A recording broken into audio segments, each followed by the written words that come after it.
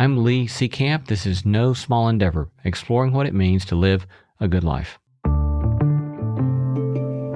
My father was a Marine who was stationed in Okinawa, and my mother and father were scuba diving. There was an earthquake, and it caused a small tsunami. They basically became trapped not too far out from the shore. That's poet Danielle Chapman describing the opening chapter of her recent memoir entitled Holler, a Poet Among Patriots. I remember it amazingly. I mean, I was less than 3 years old, but I was with a babysitter and watched from shore as they just repeatedly were pushed underwater and came back up. Though Danielle has her own memories of the event all these years later, it's her mother's retelling that has become etched into her mind. At once a tragedy, a religious experience, an unfathomable loss, and a kind of origin myth rolled all into one. When it first started, they realized something was wrong and they were holding hands and they'd have to struggle to the top. And when they got to the top together, he would say, just keep holding hands. Just don't let go. Just get back to the top and breathe. And then at a certain point, his hand got ripped out of hers. And so she said at that point, she just kind of despaired and thought she wanted to die. Danielle's mother had been raised in the church. By this point in her life, she had largely left her faith behind. But here, adrift on the edge of the Pacific Ocean, she felt like she got buoyed up into the water, and she started hearing the hymns from childhood come back to her. She described her limbs being kind of filled with light as she was lifted up on the water, and that was what she credited with keeping her alive.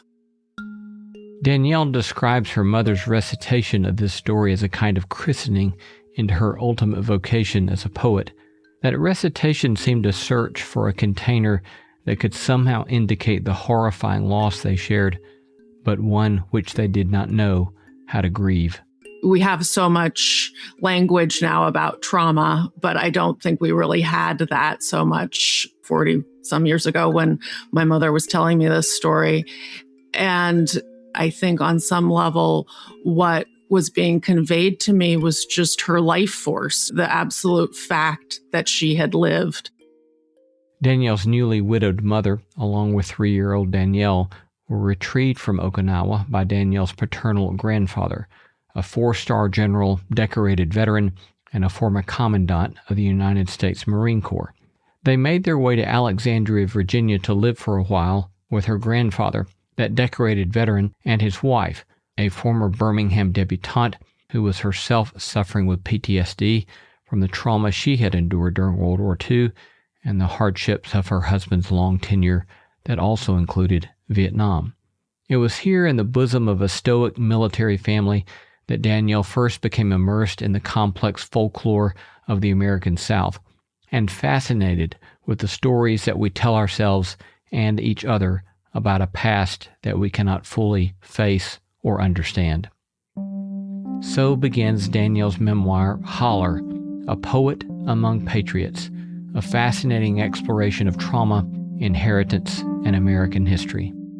A holler in the South is that place on the riverbank that you're not supposed to go. So on some place, it's the tangled area that holds the darkness and holds the secrets. But of course, it's also a primal yell. Maybe it's what every writer feels when they're dealing with family sort of secrets or silences, that it's better to leave it alone. You don't want to uncover something that you might not be able to handle. Today, my conversation with Danielle Chapman.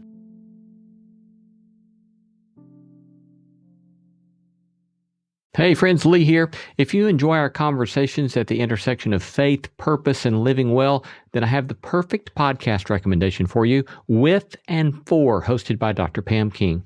With and For's latest season brings together psychology and spiritual wisdom in a way that feels thoughtful, grounded, deeply human, and it's hosted by my friend Dr. Pam King, a developmental psychologist and ordained minister who offers practical guidance towards a life of thriving. I'd recommend starting with their episode featuring Parker J. Palmer, world-renowned writer, speaker, activist, Quaker elder who focuses on issues in education, spirituality, and social change. A moving and instructive conversation. Can't recommend it enough. Also, check out With and For special summer series of wisdom practices.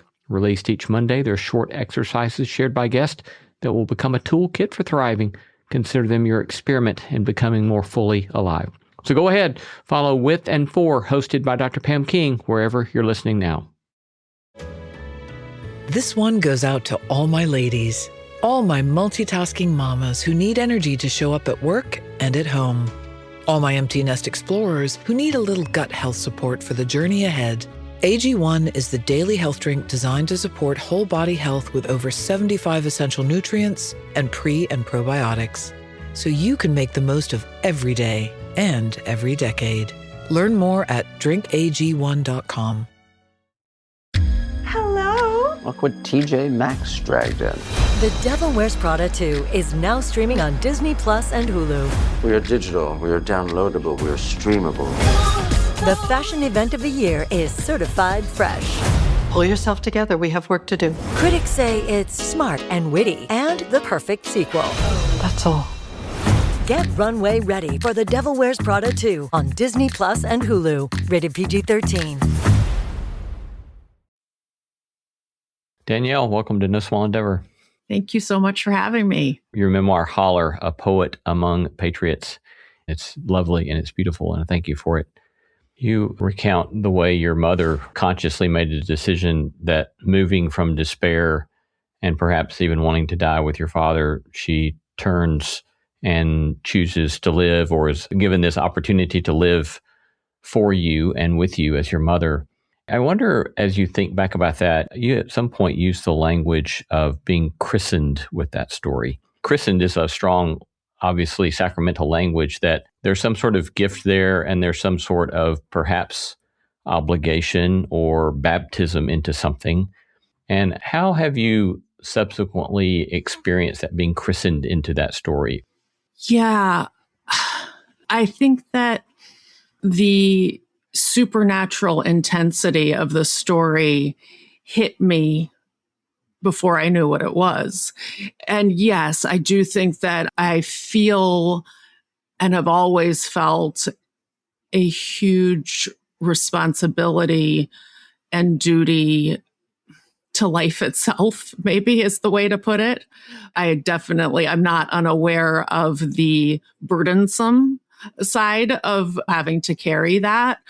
But I think that ultimately it's awareness more than anything of the fact that it's not something to be taken for granted. I'm not entirely sure how that experience of both seeing my father die, but also hearing my mother tell the story influenced me becoming a poet. But I do think that part of it is likely just the hyper awareness to reality, to one's own perceptions and kind of the value of them in any instant of time. You mentioned that your father was a Marine, and his father as well was not only a Marine, but the commandant of the Marines. And he becomes, in effect, your surrogate father? Yes. There's another christening for you, a christening into sort of the deep broth of America that I was then plunged into. The book, in many ways, it's quite dense because this story of my father dying is just the first chapter. And then it moves to the life that we then had after my father died. My mother made the decision to move in with my father's parents, who were kind of retired military royalty outside of DC.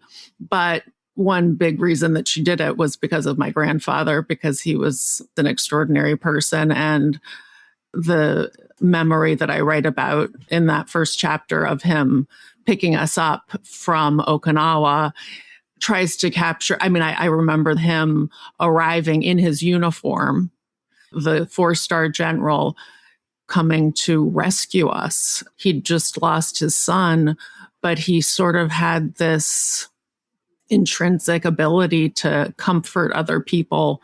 And, if I think about duty, nobody embodied that more than him. He took his duties so seriously. And one of the duties that he absolutely held sacred was taking care of his family. Then another very significant strand of your storytelling arises out of Fairfield, Tennessee. How do you end up finding yourself in a little tiny village of Fairfield, Tennessee?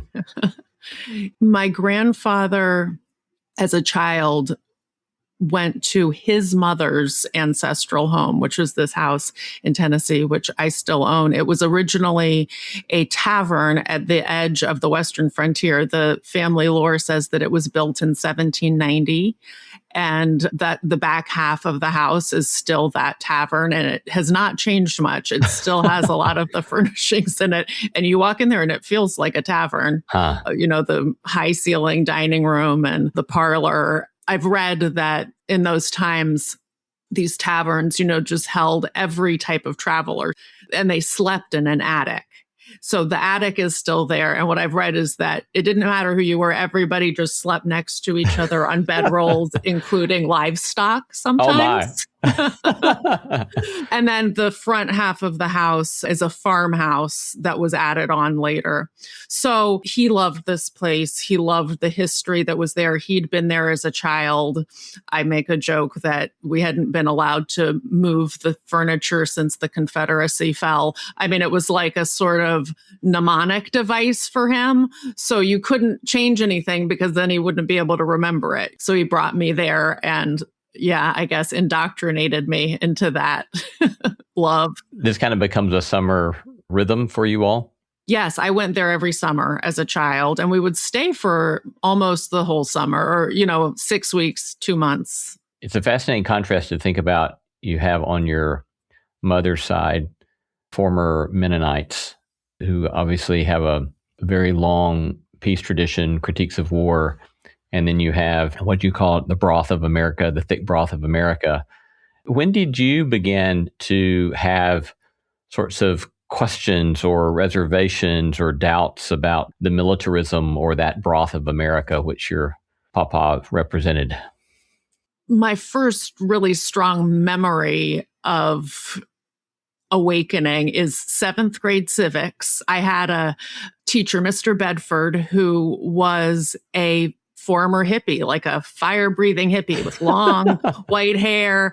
And he was so passionate. He'd throw his arms up and inveigh about the moral war crimes of America. And I would argue with him. I would get really into it and kind of parrot the things that I'd unconsciously heard from my grandfather. And he would come back at me and say, "Are you even listening to what you're saying?" And then he would lay out the facts. And that was a shock, because I think it's what a lot of Americans experience when they go abroad for the first time. And you think, oh my gosh, people don't like us. Maybe we're not so great. We're not like the best people in the whole wide world.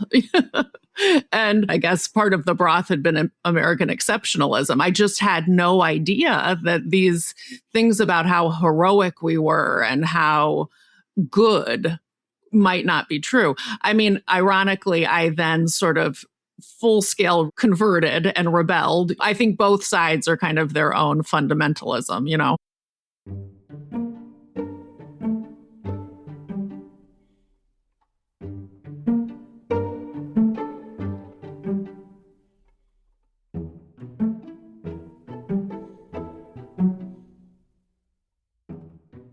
Along with becoming aware of at least the ambiguities or the complexities there, you also began to show the ways in which your awareness of race in American history begins to be a very important part in your early childhood story. What's your earliest memories of when you begin to wonder or begin to have questions or see things that cause you to stand aside and begin to ask follow-up questions? Yeah, that is somewhat mysterious to me because it seems almost like it was intrinsic, a kind of awareness of just the inequality of race seems to me to almost have been there from the beginning. I have a very early memory of my grandfather telling me the story of George Singleton, which is the basis of the last chapter of my book, which was about a man who had been enslaved at the farm. And I mean, it's an incredible story and very complicated, but he ended up fighting for the Union Army and coming back to Tennessee. And so my grandfather knew him when he was a child, and he spoke of him with just complete reverence, but without any what you'd maybe expect, which would be guilt or some kind of compunction about the fact that his family had held slaves. And I think I just felt a dissonance there. I must have had enough ambient noise or atmosphere from Northern Virginia, where I grew up, to at least know how bad slavery was and that it was this huge mark on our national psyche. And then when you're going to Fairfield as a young girl, there are also these caretakers on site. How do they factor into what you're seeing and what you're learning? So their names were James and Ella. They were just such an important part of my childhood. We would go down there, and they lived in the little house. That's what we called it, but it was formerly the kitchen. So in these Southern houses, they at some point often took the kitchen off the house and moved it over the side to prevent fires. So it was essentially a little shack over to the side of the larger house. And, they were, as my grandfather described them, the salt of the earth. James had been through 6th grade and Ella through 8th, and they'd met at a fair. One of my favorite stories, he was carrying a brown bag of whiskey, and he said to her, "Follow me, chicken. I'm full of corn." And she said, "I've been following him ever since." And that was kind of their story. They had, she had no teeth. He had maybe 3 or 4 teeth. They'd never been out of the county. And Ella in particular was deeply, deeply racist. I mean, she would say things that made your hair stand on end. And at the same time, they were very poor, and they loved me probably more ferociously than anybody else I've ever known, and I loved them. And so that became another real struggle and quarrel for me in my heart, is to understand how these things can coexist in a person and what it means, because the story among quote unquote aristocratic Southerners throughout time is just to dismiss that type of racism as a kind of low-class ignorance.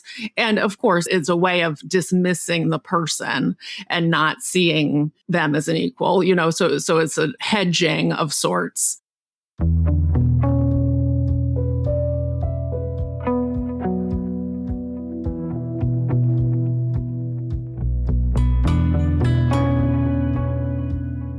You're listening to No Small Endeavor and a conversation with Danielle Chapman. I love hearing from you. Tell us what you're reading, who you're paying attention to, or send us feedback about today's episode. You can reach me at lee@nosmallendeavor.com. You can get show notes for this episode in your podcast app or wherever you listen. These notes include links to resources mentioned in the episode and a full transcript. We'd be most appreciative if you'd go to your favorite podcast app and write up a glowing 5-star review of No Small Endeavor, because those reviews help extend the reach of the beauty, truth, and goodness we're seeking to sow in the world. Coming up, Danielle and I discuss trauma and her teenaged dissonance with the military culture in which she was raised. Hey friends, Lee here. If you enjoy our conversations at the intersection of faith, purpose, and living well, then I have the perfect podcast recommendation for you, With and For, hosted by Dr. Pam King. With and For's latest season brings together psychology and spiritual wisdom in a way that feels thoughtful, grounded, deeply human, and it's hosted by my friend Dr. Pam King, a developmental psychologist and ordained minister who offers practical guidance towards a life of thriving. I'd recommend starting with their episode featuring Parker J. Palmer, world-renowned writer, speaker, activist, Quaker elder who focuses on issues in education, spirituality, and social change. A moving and instructive conversation. Can't recommend it enough. Also, check out With and For's special summer series of wisdom practices. Released each Monday, they're short exercises shared by guests that will become a toolkit for thriving. Consider them your experiment in becoming more fully alive. So go ahead, follow With and For, hosted by Dr. Pam King, wherever you're listening now. This one goes out to all my ladies, all my multitasking mamas who need energy to show up at work and at home, all my empty nest explorers who need a little gut health support for the journey ahead. AG1 is the daily health drink designed to support whole body health with over 75 essential nutrients and pre- and probiotics, so you can make the most of every day and every decade. Learn more at drinkag1.com. What's that, bud? The Lincoln Summer Sales event is on now with exclusive offers? Oh, so you want to feel the wind pouring through the available open panoramic vista roof on a road trip? And spend the afternoon beachside hanging out on the back of the spacious Lincoln Splitgate? Okay, I'll schedule a Lincoln test drive today, right before your vet appointment. Visit your local Lincoln retailer or learn more at Lincoln.com.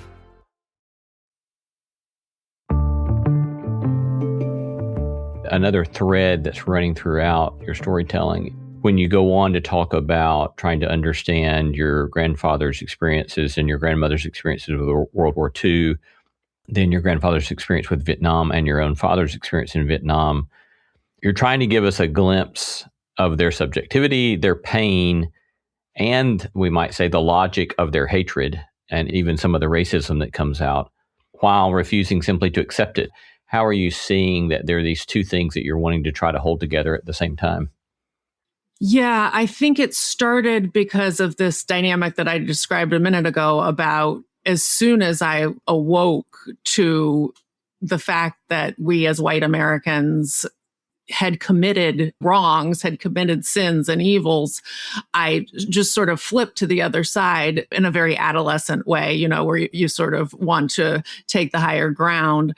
And I am still a liberal, but I think at a certain point, I started to see that liberalism isn't necessarily compassionate.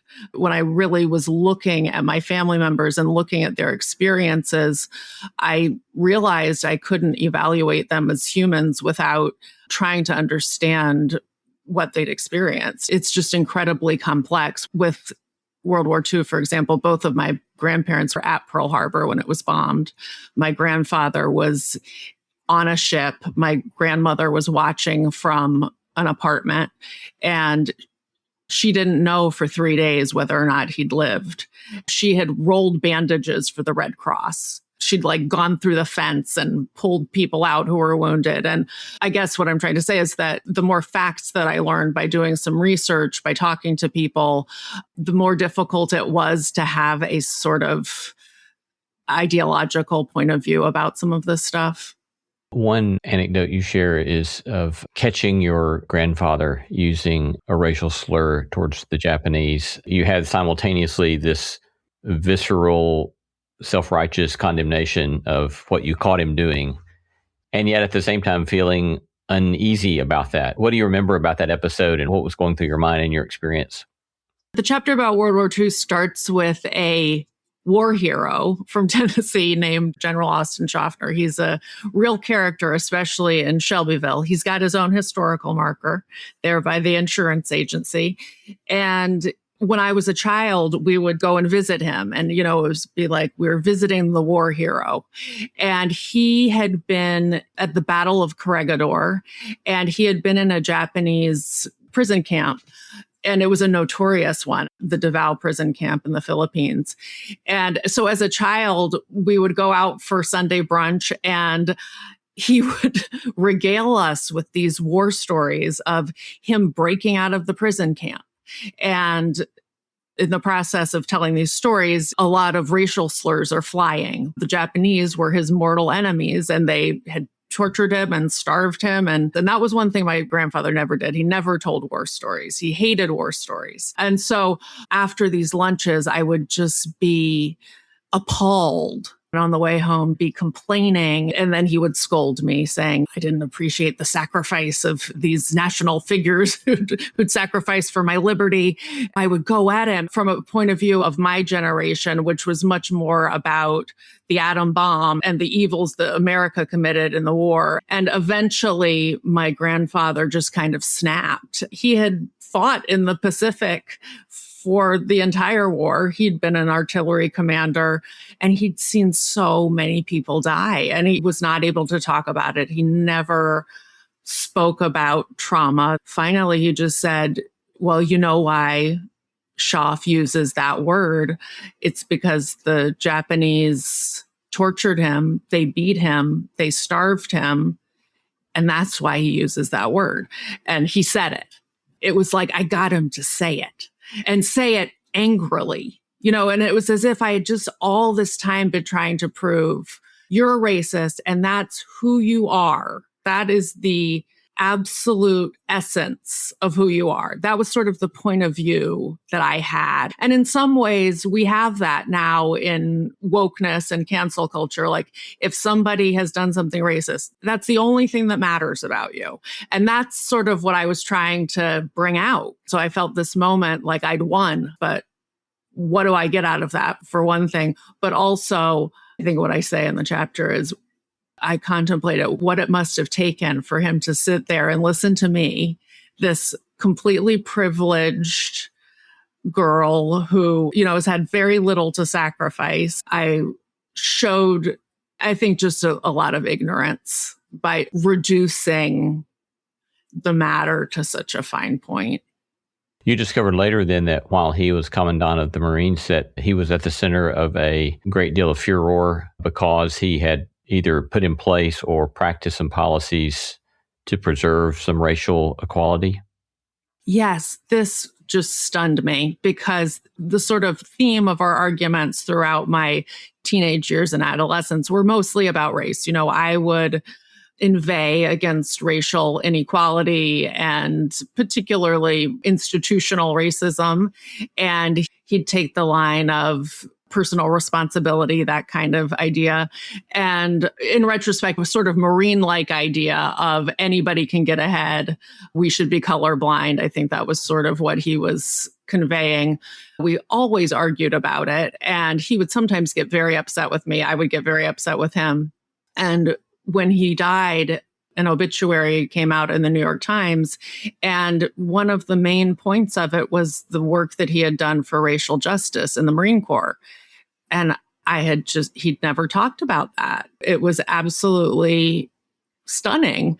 And eventually I went to the Marine Corps Library in Quantico and read through his archives. And it turned out that the main controversy of his tenure as commandant was something called the Afro haircut controversy. And it was because he'd allowed Black Marines to wear their hair in a modified afro or to do the Black Power salute to each other. And this was at a time in the 70s of extreme racial unrest. There were riots. There had been a riot among Black and white Marines. And so this was an attempt on his part to quell racial anxieties.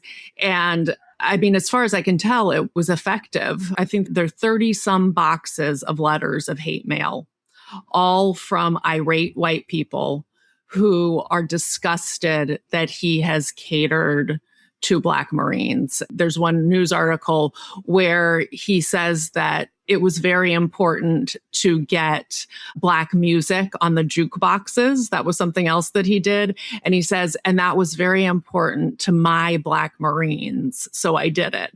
And that absolutely inflamed people. I think that's very interesting because in a way it sounds paternalistic and you can see how people could be offended from both sides. But I think that kind of embodies how he was. He felt he cared. He cared about the Black Marines, and this kind of translated, I believe, I mean, he never said so explicitly, but it's got to be that this translates from his childhood, his reverence for George Singleton, his love of that family.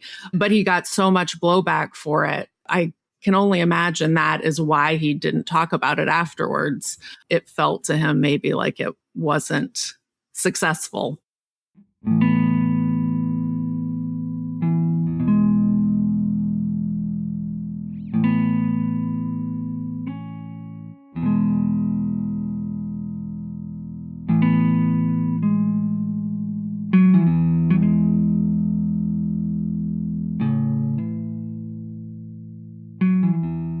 His not talking there about that particular episode also, though, seems consistent with his not talking about feelings or emotions that you also unpack in various ways through the book. You give us kind of a glimpse of what that was like, maybe both for your grandfather and your grandmother. Yeah. Well, in retrospect, I didn't have my father. I was searching for reactions and a kind of emotive quality. But the way that I would try to get it out of him was by asking him about his own experience. And he would say, "Oh, Danny, I don't have feelings." That was often if I was trying to ask him about things about the war. That was something in particular he didn't want to talk about. My grandmother was a different story. We didn't know this until after she had passed away, but she was a Southern debutante, a Southern lady. She introduced herself as Emily Donaldson Walton Ford Chapman Jr., descendant of the Huguenots who discovered Nashville. So that was the kind of Southern lady she was. But throughout my childhood, she was incredibly quiet and very, very strange. And I didn't know why. And we were always analyzing her. And it turned out that she'd had a nervous breakdown right at the end of my grandfather's time as commandant.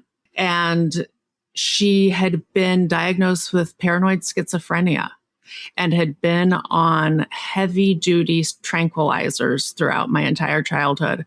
So that was this incredible silence that just, it was a medically induced silence, really. And I've done a little bit of research into this, and apparently PTSD can really mimic schizophrenia. They think that often there's a misdiagnosis there. And certainly at that time, military doctors would have been motivated to quiet what they would have called a hysterical woman down. And so I think she was probably misdiagnosed and had very bad PTSD. Do you remember your grandfather weeping or crying when he was flying you back from Okinawa at the death of his son? No, he didn't. Not at all. And there's a family story, that has a bit of an edge to it. A bit of an edge because at her grandfather's funeral, Danielle's uncle told how his parents did not cry in response to the death of their own son, that instead he, Danielle's uncle, was the only one crying. My grandfather and my grandmother stood at attention in the military pose and did not weep. I'm sure my grandmother was very heavily medicated, but my grandfather did not cry. And I never heard him cry about my father. And also, he was not able to talk about my father. The only thing he would say was basically that he was the most wonderful man. I couldn't have had a more wonderful son. He was a wonderful Marine, a golden child. That was how he was portrayed. He couldn't express his own grief, definitely. How did that example of processing, or one might say not processing grief, impact your own ability or inability to grieve? Yeah, that's a hard one I'm thinking about a lot lately. I was just up at a memorial service for my uncle, Walt. It was really wonderful, and it reminded me just how incredibly important it is to grieve. Of course, we all know this in our psychologized culture. Doing it is another matter, though. I admit that I find grieving difficult. I tend to have incredibly intense emotions that are buried very deeply.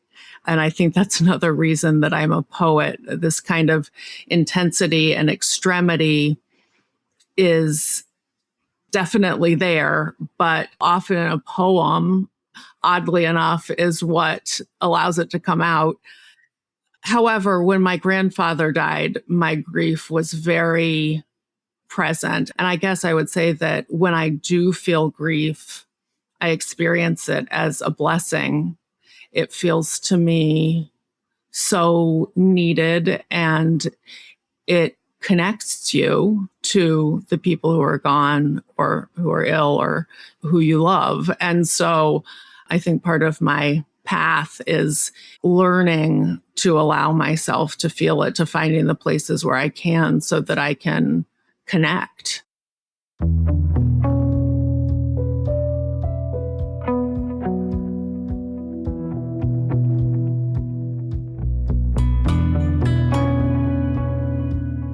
Coming up is a short break, followed by our discussion on the larger American history underpinning Danielle's memoir and the possibilities that open when we refuse to simplify complex narratives.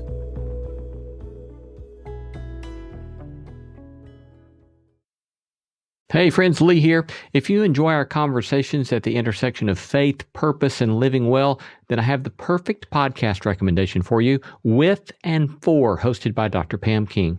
With and For's latest season brings together psychology and spiritual wisdom in a way that feels thoughtful, grounded, deeply human, and it's hosted by my friend Dr. Pam King, a developmental psychologist and ordained minister who offers practical guidance towards a life of thriving.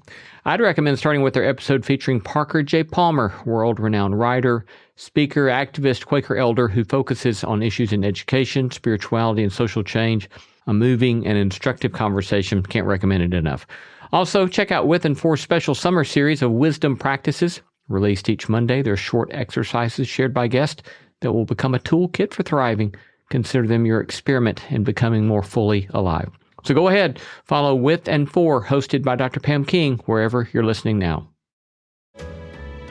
This one goes out to all my ladies, all my multitasking mamas who need energy to show up at work and at home, all my empty nest explorers who need a little gut health support for the journey ahead.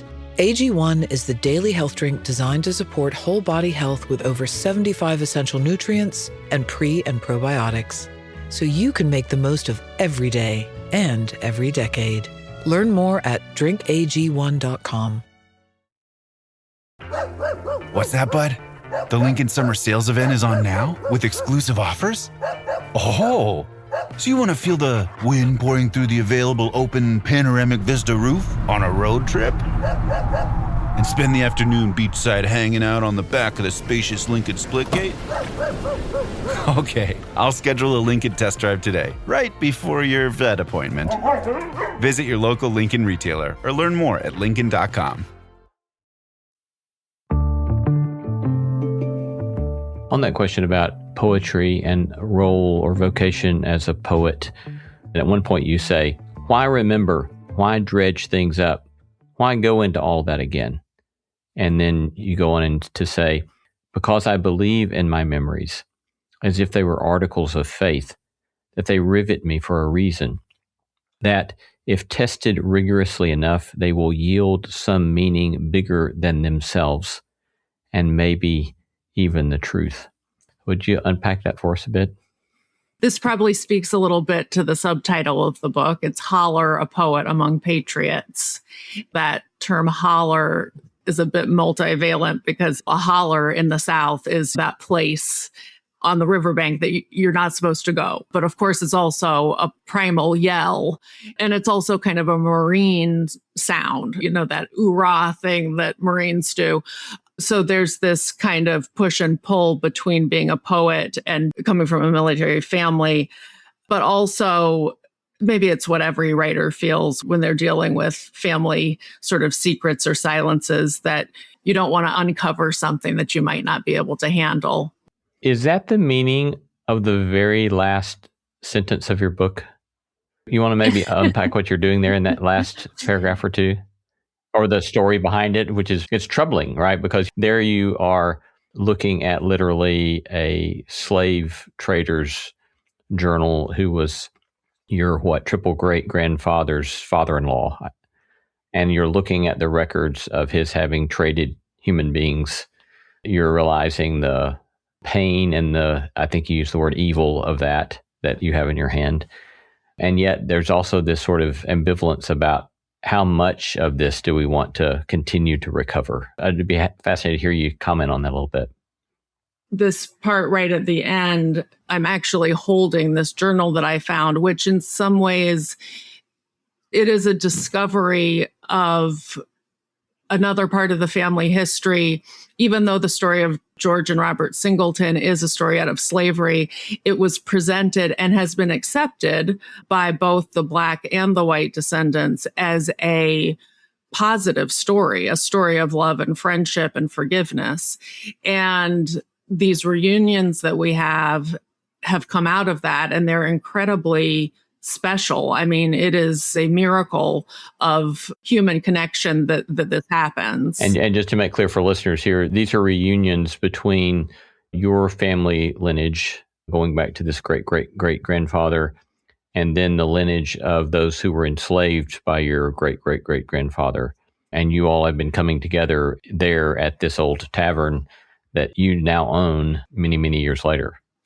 Right. The kind of outline of the story is that Robert and George Singleton were born in the same year. Robert Singleton was my great-great-grandfather. He and George were both born in 1842. And as my grandfather told it, they grew up as boys did back then, just playing together. It was a small farm. I mean, this is not a plantation. And George is enslaved. Oh, yes. George is enslaved, and his father, Jack, had come from Virginia. And so there were, I'm not sure exactly how many, maybe 10 people enslaved at the farm at the time. And it would have been a more sort of casual, you might say, relationship between the races than what we're used to seeing if you see a plantation story, that things were a little less regimented in terms of how authoritarian things were. So, for instance, people who were enslaved often were blacksmiths who traveled around to different farms, this kind of thing. However, when they were about 18, the Civil War started, and my ancestor went off to fight for the Confederacy. And there was a letter during my childhood. It was framed and hung on the wall. He's at the Battle of Stones River, and he asks his mother to send George to help.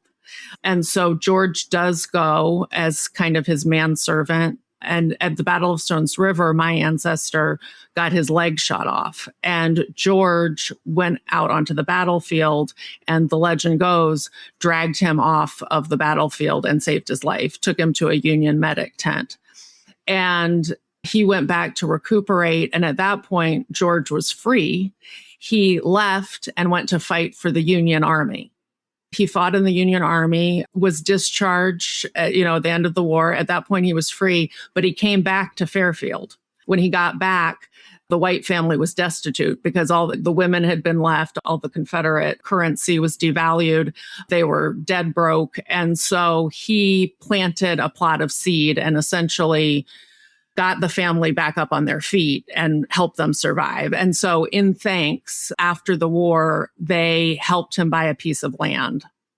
And essentially he stayed there. He was pretty successful, and he carried a gun. He registered to vote. He not only bought his own farm, but he bought several pieces of land, which he hired people out to work. So he was pretty successful there. And a lot of his family has stayed in the area. So about 25 years ago, his ancestors got in touch with my grandfather. And my grandfather said basically like, come on over. And they had a reunion, and it's been happening ever since. So there's a big camp out at the property every summer, and people come from all over. And it's essentially a family reunion, but also a time that we talk about this history and try to make sense of it. It's an evolving situation.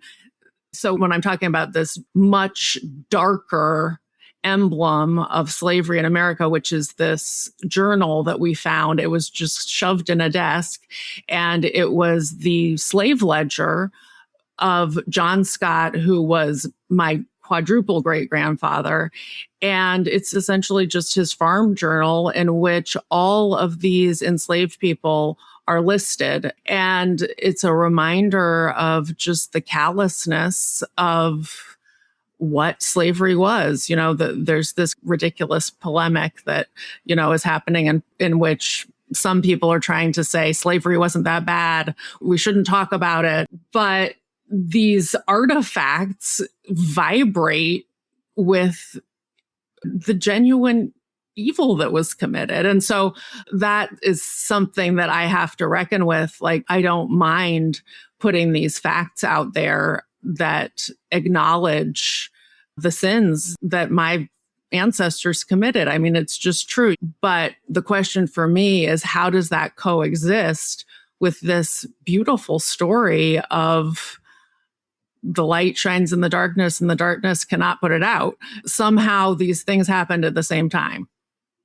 At one point in grappling with that story near the end of the book, you talk about the stereotypical liberal academic way of reading that story would be to tell the story of George Singleton as someone who had so internalized the mechanisms of slavery that he could never free himself from that and continues to submit himself to his oppressor. Mm-hmm.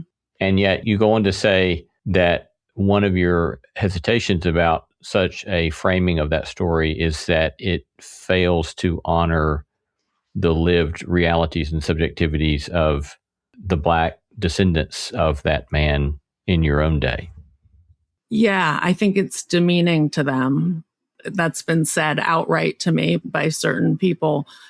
And it doesn't account for the texture of history and of certain lives and of details like what I mentioned before, which is that he came back from the war. He had agency, and what he chose to do with it was to buy a parcel of seed, plant the land, help the white family, but also establish his own family, get a house, raise 12 kids, vote. His father, who had come from Virginia, so had been enslaved his entire life, he registered to vote. He bought his own land.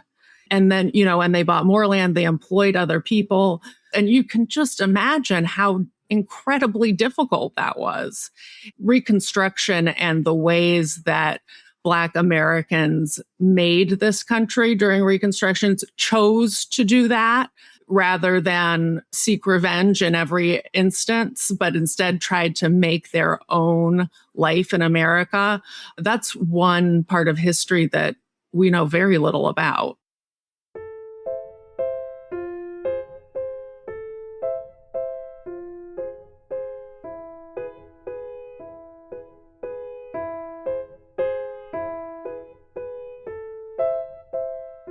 As we move toward a close, I'm wondering if you would reflect a bit on the turmoil that you narrate in the story, your own inner turmoil, your family's turmoil, repressed experiences that come out in painful ways, allowing us to see all of that kind of turmoil throughout the narrative of your memoir. I'm wondering, have you come to know a serenity or a peace about some of those things out of that process of writing or out of other life's experiences? What's that been like for you? I do seem to feel a little more peaceful, I have to admit. I think that comes from the McMahons and Singletons and just from spending as much time with them as I have over the years, because they're just such loving people. And beyond that, there's a kind of supernatural grace that seems to arrive at the house when these things happen. No matter how much analytical criticism I try to turn on the situation, that uplift is palpable. And it's not from me, it's from all the accumulated experience and hope really, that has somehow been around that place for centuries. Been talking to Danielle Chapman about her recent memoir, Holler, a Poet Among Patriots. Danielle, thank you for the beautiful memoir and the beautiful time we got to spend with you today. Thank you so much for your time and for reading it. And so thank you so much. Thank you.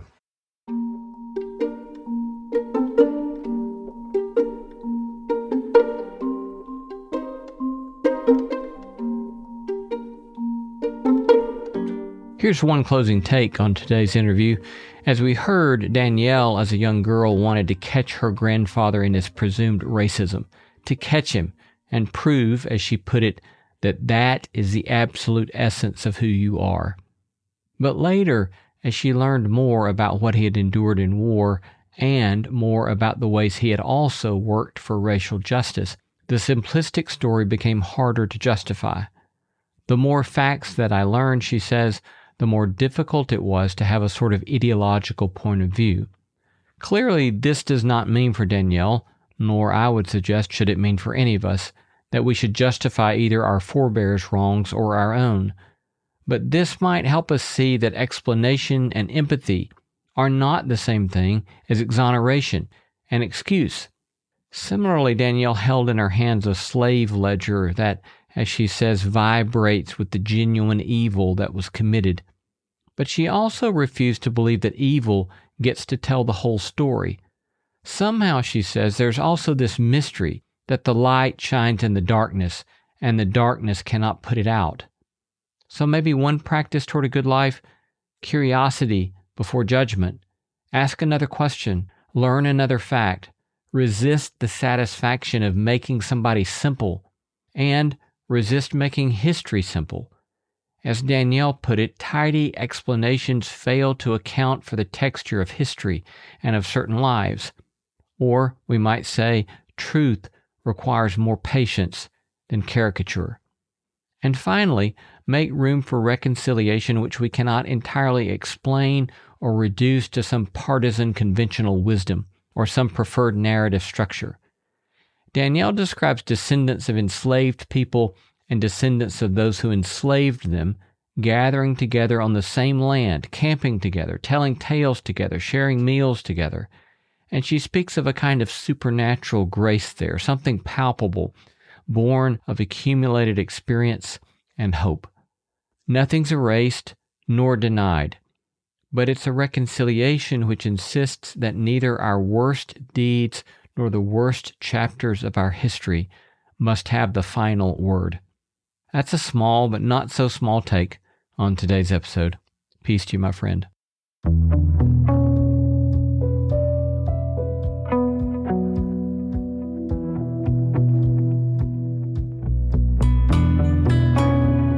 You've been listening to No Small Endeavor and our interview with poet and author Danielle Chapman. We've been discussing her memoir, Holler, A Poet Among Patriots. We gratefully acknowledge the support of Lilly Endowment Incorporated, a private philanthropic foundation supporting the causes of community development, education, and religion.